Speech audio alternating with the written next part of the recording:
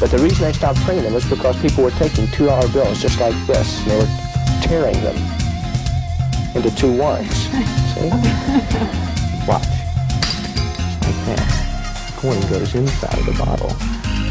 1 card, frozen, in the very center of a block of ice. Take the deck.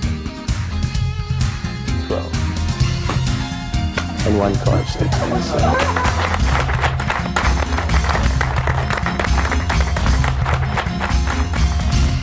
This is a good trick. This is one of my favorite tricks. This is one of my favorite tricks, and you get to pick a card in this trick. So I'm going to do it real fair. So what I'll do is I'll just dribble the cards down, just like that. Anytime you'd like me to stop, just say, stop dribbling, okay? Stop dribbling. Right here? I can go more if you'd like. That's fine. Okay, this time you've stopped me at the 10 of clubs. Obviously, it could have been any one of those, but now I could even have you sign that 10 of clubs. But you might think that I'm a forger. So rather than have you sign that 10 of clubs, I want to tear a corner from it. I want to tear the corner from this 10 of clubs. And in this way, you'll be able to identify this card the same way that your thumbprint identifies you. It'll be proof positive identification. Wouldn't you agree? Right. Good. Glad.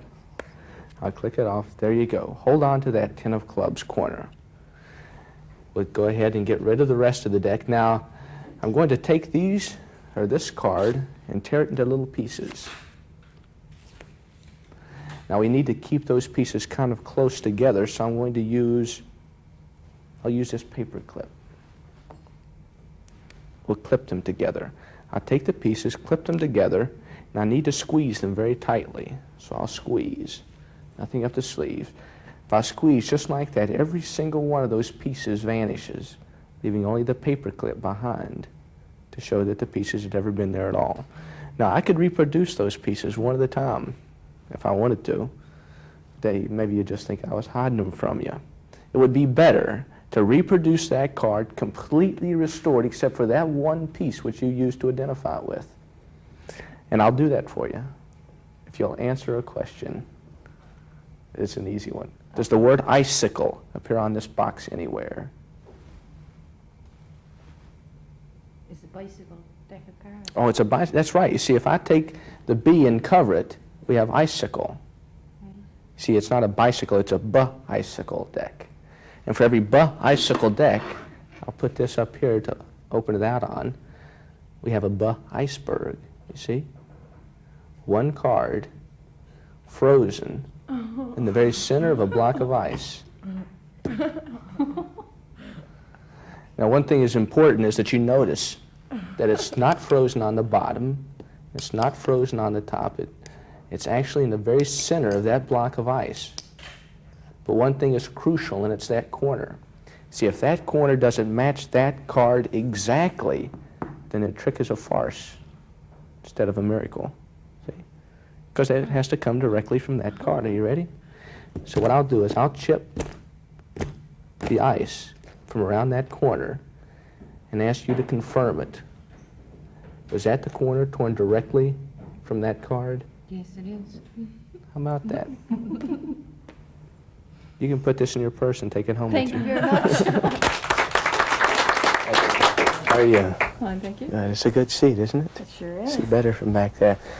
Well, it's a pleasure to be with you all, and I have something, well, perhaps I should have prepared this well in advance, but this is something that I came up with in the past couple of days, and I think you might be kind of interested in. I came up with it when I was having lunch, and I think about magic a lot, and I thought, well, I'll do a trick with everyday objects, something that I used, for example, when I was having lunch. And maybe it's just the way that my mind thinks, but I came up with a very simple plot, okay? So all we'll have to follow in this particular case is a little cork ball. Actually, it's a little rubber ball covered with a little knitting of some sort there.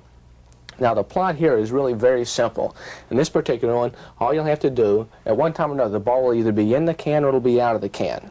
But whenever it happens, it'll happen by magic. So some magic will take place. It's not necessarily a gambling game. So, for example, in this case, I place the ball inside the can. All I have to do is touch the end of the wand like this and wave and tap, and the ball comes out of the can like that at the tip of the wand, leaving, of course, the can perfectly empty. Now, you can do the exact same thing in reverse. For example, in this particular case, I can take the ball, tap it with the wand, it completely disappears, only to reappear back inside the can. You see, it goes in reverse. Comes out and it goes back in. But I'll make it a little simpler for you. In this particular case, I'll take the ball and place it inside of the pocket, and still it comes back to the can. I'll even put the lid on top of the can like this. I'll place the ball in the pocket. And even with the lid on, the ball comes back like, oh, wait a second. If I touch just like that, another one comes out. So now we have two. But at this particular case, I'll go ahead and I'll take the lid and I'll place the lid away because we no longer need the lid anymore. You see, despite the fact that the large balls came out of it, just by casting a shadow over the can, just like that, the hermetical lid once more returns right down here, as well as the sausages. Proving it's not only a good trick, but a decent meal.